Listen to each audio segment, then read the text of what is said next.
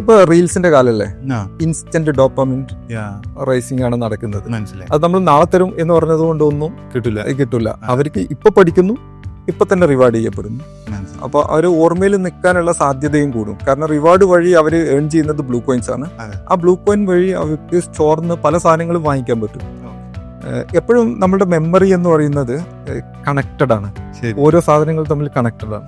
അപ്പൊ ഞാൻ കാണുന്നത് ഇപ്പൊ കെമിസ്ട്രിയിലെ എൻതാൽപി എന്ന് പറയുന്ന ടോപ്പിക്കിനെ കണക്ട് ചെയ്തുകൊണ്ട് ഒരു ഗിഫ്റ്റ് ഉണ്ടാവും. മനസ്സിലായി.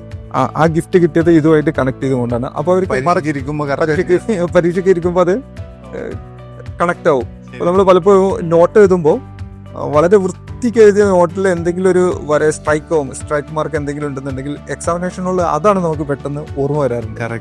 എന്ന് വെച്ച് കഴിഞ്ഞാൽ ഒരു സാധനമായിട്ട് റിലേറ്റഡ് ആണ് നമ്മുടെ മെമ്മറി. മനസ്സിലായി. അതിനെ കണക്ട് ചെയ്യുക എന്ന ഉദ്ദേശത്തോടു കൂടിയാണ് അത് ചെയ്തത്.